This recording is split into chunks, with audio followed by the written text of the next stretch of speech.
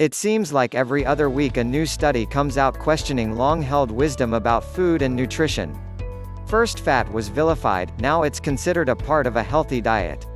Eggs used to be off limits for people with heart problems due to the high amount of cholesterol, but that's no longer the case. Dr. David Ludwig is a professor of nutrition at the Harvard School of Public Health and author of the #1 New York Times bestseller Always Hungry, a book that explores the dietary drivers of hunger, obesity, and metabolic disease. In a new Viewpoint paper published in August in the Journal of the American Medical Association, JAMA, Ludwig and his co-authors explain the problems with current approaches to dietary research and why this leads to so much nutrition confusion. Here, Elemental asks Ludwig to elaborate on some of these problematic approaches and to share advice for people who feel conflicted about what and how to eat. Elemental, what was the impetus for the JAMA Viewpoint you co-authored? Dr. David Ludwig, in the course of a week, almost every person will see headlines on diet and health that come to opposing conclusions. And we've seen through the years how what is believed to be an established fact in nutrition is later questioned or reversed.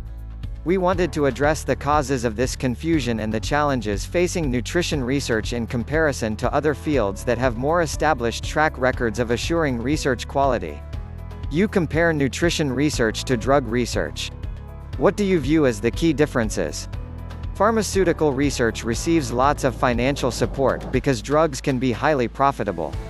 A major clinical trial might cost several hundreds of millions of dollars, but a successful drug can earn many billions in profits.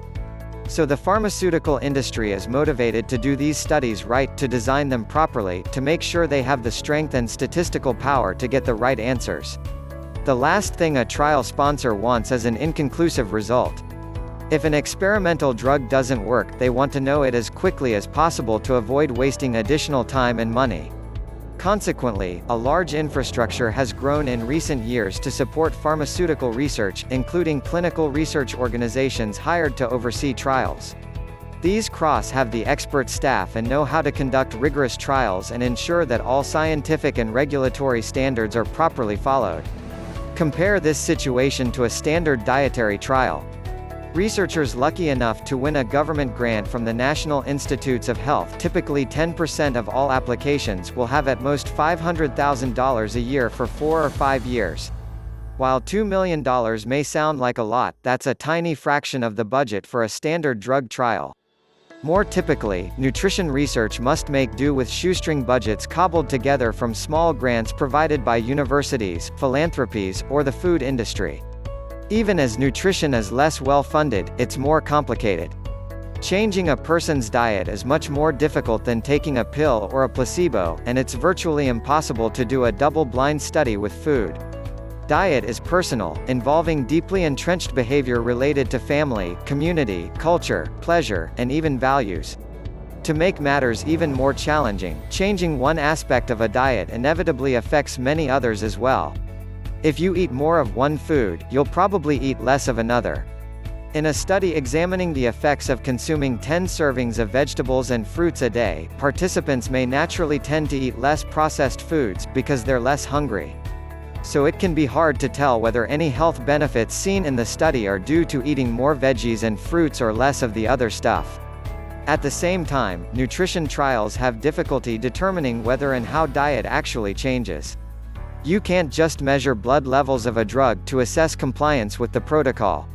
The challenge of producing significant diet change over the long term and the inability to accurately measure these changes create enormous uncertainties. Apart from funding challenges, there's the question of whether the people in these diet studies are actually following instructions. This is the elephant in the living room. In most clinical trials, people are told to follow one diet or another, and they are given a very modest amount of support, maybe a meeting with a dietitian once or twice a month. They are then expected to make this major change to their lifestyle on their own. This study design is especially common because of the poor funding and infrastructure in place for nutrition research. Inexpensive, low-intensity interventions are chosen by necessity. But you don't really know if people follow them. People can make changes for a few months, but without adequate support, they resort back to their habitual ways of eating. Because of this, we often see short-term weight loss in obesity trials followed by weight regain after a few months. These sorts of findings have been misinterpreted to mean the type of diet doesn't matter. But that conclusion does not logically follow. Instead, it really means the intervention failed. Imagine there's a promising new drug that might cure childhood leukemia. You conduct a clinical trial with one group of people assigned to take the new drug and another group receiving a placebo. But it turns out the group assigned to the drug didn't take it as directed. In this scenario, there might be no significant change in cancer treatment success. But we wouldn't interpret that result to mean the drug is ineffective. We would conclude that the study was flawed. Unfortunately, the conduct of diet trials isn't always held to this standard. You address the importance of understanding biology and behavior. Is one more important than the other in diet trials? Both are critical, but it's important to keep in mind which one you want to study in designing a diet trial. Many people can cut back on calories and lose weight on any diet temporarily. But after a few days or weeks, hunger increases and their metabolism slows down, which is a recipe for weight regain. That's why we need longer-term studies to see how the type of food we eat, beyond calories, might alter biology and the success of weight loss maintenance. But the best diet in the world won't work if people aren't motivated to follow it. That's why we also need studies of behavior and environment to make the challenges of lifestyle change easier and more sustainable. How do we fix this problem? Diet-related diseases, including obesity, diabetes, and cardiovascular disease, are the leading public health problems today. Whether or not you have one of these conditions, you're paying for them through higher taxes, the cost of Medicare and Medicaid, and higher insurance rates. These costs are borne by everybody. And for people with a condition like type 2 diabetes, the personal toll can be huge, including limb amputation, kidney failure, blindness, and shortened life expectancy. So it's in everybody's interest that research into nutrition and disease prevention be well funded and done properly. Some say we can't afford new government programs to deal with this. But today, the economic cost of type 2 diabetes, just one diet-related disease, approaches $500 billion annually. The total medical costs and lost worker productivity of diet-related disease may already exceed $1 trillion annually. Without action, these figures will only increase, contributing to the national budget deficit and threatening the international competitiveness of the U.S. economy. A sort of Manhattan Project for diet-related disease would cost pennies on the dollar now being spent. What's lacking is a clear national vision to align public health priorities with investment. We know humans aren't programmed to gain more weight generation after generation. Something has changed in our environment, driving even highly disciplined people to gain weight. We have to understand what that's about.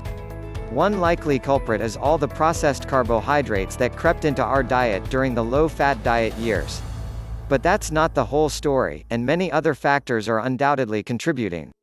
We'll need long-term, adequately powered studies to sort this out once and for all. We need to build the capacity to conduct effective nutrition research, and this will require sustained investment from Washington, including cultivation of a new generation of appropriately trained researchers at academic centers around the country. We know humans aren't programmed to gain more weight generation after generation. Something has changed in our environment. We have to understand what that's about. What advice can you offer the general public for reading and consuming news stories about nutrition research?